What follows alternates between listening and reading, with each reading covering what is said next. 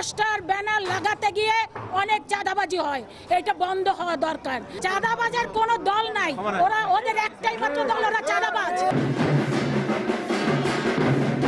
কারো হাতে কাঁসার ঘণ্টা, কারো হাতে ঢাকঢোল, নেচে গিয়ে বিভোর হাজারো মানুষ, এতে অংশ নেন নারীরাও।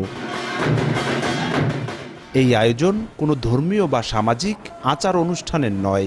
বিএনপির কেন্দ্রীয় কমিটির সহশিক্ষা বিষয়ক সম্পাদক হেলেন জেরিন খানকে স্বাগত জানাতে ব্যতিক্রমী এই আয়োজন হয় হিন্দু অধ্যুষিত মাদারীপুরের রাজৌরের কদমবাড়ি এলাকায়। হেলেন জেরিনের প্রতি ভালোবাসার টানে দলে দলে ছুটে আসেন নেতাকর্মীরা। দীর্ঘদিন পর প্রিয় নেত্রীকে কাছে পেয়ে আনন্দে আত্মহারা তারা, জানান ভালো লাগার কথাও। হেলেন আপাকে সমর্থনের জন্য আমরা আনন্দ সহকারে তাকে অভ্যর্থনা জানাইছি আর কি। নেত্রীর দিনে ডাক দল নিয়ে আমরা আসছি নঠাকলা গ্রামে।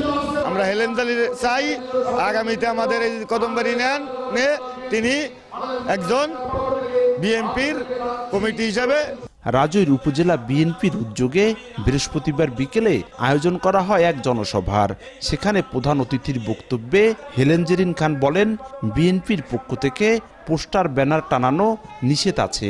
এটি টানাতে গিয়ে স্বল্প সংখ্যক লোক ব্যাপক চাঁদাবাজি করে। আগামীতে জনগণের ভোটে সরকার গঠন করতে পারলে চাঁদাবাজদের বিরুদ্ধে কঠোর ব্যবস্থা নেওয়া হবে বলেও জানান তিনি।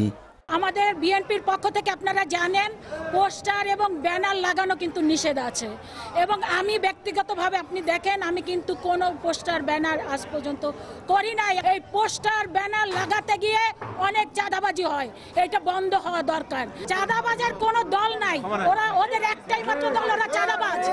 ওদের ওই চাঁদাবাজদেরকে চাঁদাবাজ হিসেবে চিহ্নিত করতে হবে।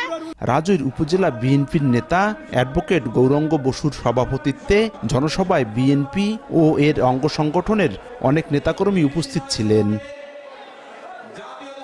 সঞ্জয় কর্মকার, অভিজিৎ, সময় সংবাদ, মাদারীপুর।